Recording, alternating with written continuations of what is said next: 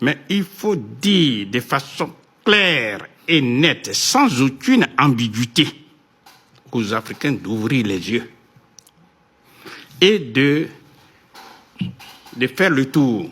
Et je vais citer 6 cas.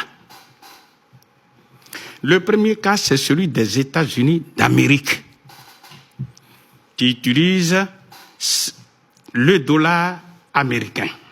Au départ, ils étaient 13 colonies anglaises. Quand ces 13 colonies ont pris leur indépendance politique vis-à-vis de l'Angleterre, ils ont décidé politiquement de dire le dollar canadien, non, le dollar américain est notre monnaie unique. Tous les autres États qui ont rejoint la fédération ont suivi, ils ont utilisé le dollar et le dollar ne pose aucun problème. Il n'y a pas de critères de convergence socio-économique dont on nous parle à longueur de journée. Ça, c'est le premier cas. Depuis 1792. Oui. Peu importe, mais je suis en train de faire comprendre avec gravité aux Africains que les fameux critères de convergence, tu les recopies d'après avec l'Union européenne, lesquels les Européens ne respectent même pas les critères de convergence, mais ça, c'est un autre débat.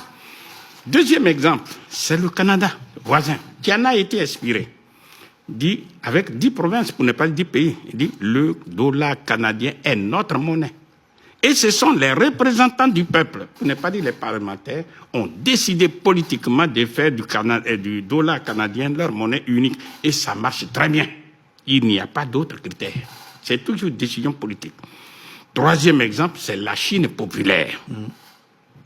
Avant 1949, il faut le souligner, les Chinois étaient moins de 500 millions de personnes. Ils mouraient de faim. Ils mangeaient même de la chair humaine.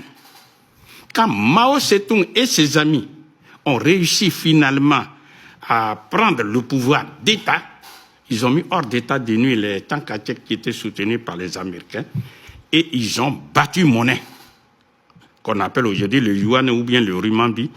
Et la Banque populaire de Chine, qui appartient à l'État chinois, a mis les Chinois au travail.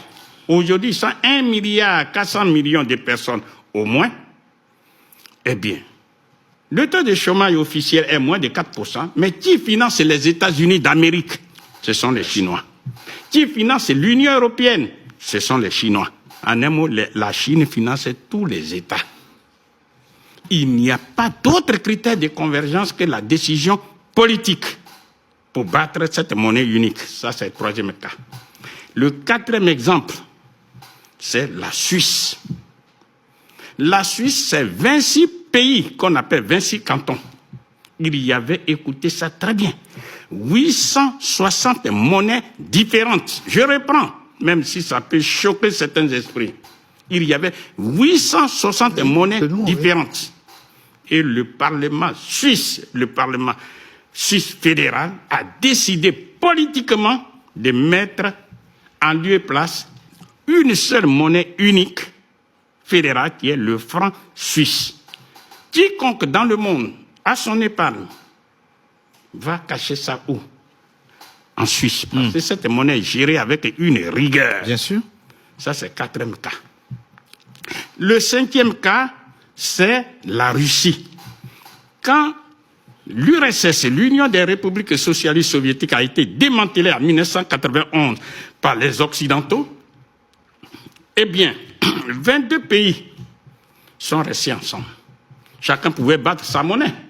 Mais ils ont décidé de garder la monnaie unique qu'on appelle le rouble suisse. Non, le rouble russe. À ne pas confondre avec le rouble soviétique. Avec ça, eh bien, ils ont réorganisé leur économie d'une part. D'autre part, ils se sont armés puissamment, au point que tous les pays occidentaux se battent militairement contre la Russie, mais ils n'y parviennent pas à travers le problème de l'Ukraine.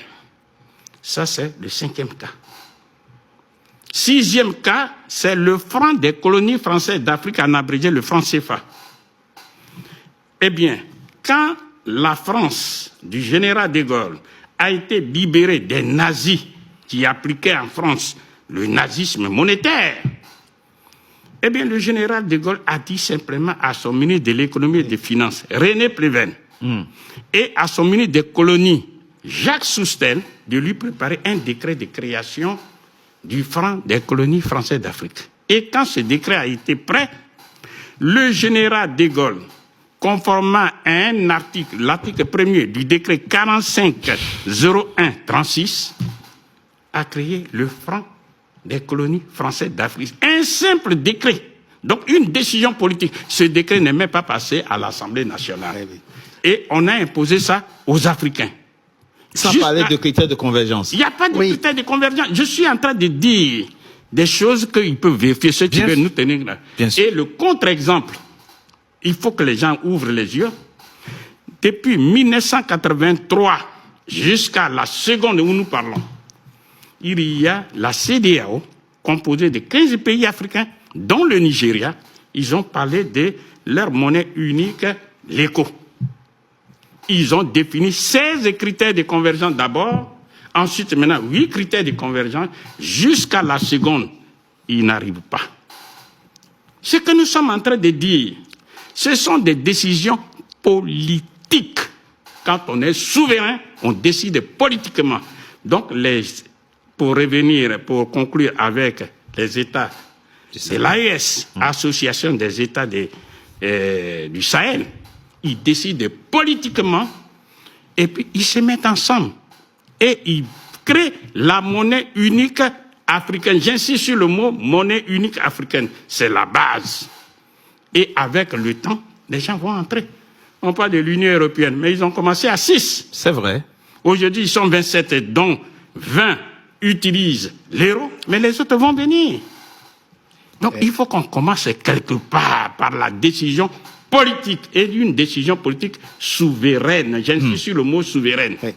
Voilà. Je propose qu'on marque une courte pause. On se retrouve dans quelques instants pour la suite de cet échange plein d'enseignements. À tout de suite. Gouvernement africain, opérateur économique, collectif d'experts, vous souhaitez cibler de nouvelles opportunités de financement en Amérique? Vous êtes à la recherche de partenaires publics et privés aux États-Unis? Une seule adresse, American Export Council, basée à New York City.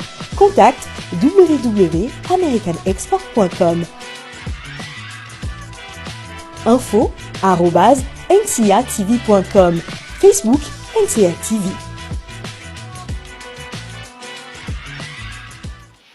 Troisième et dernière partie de notre émission consacrée aux 3 États du Sahel qui décident de frapper leur propre monnaie et de sortir du franc CFA. Mes 2 éminents professeurs sont toujours avec moi. Très rapidement, professeur David Johnson. Comprenons quelque chose. Essayons de comprendre quelque chose.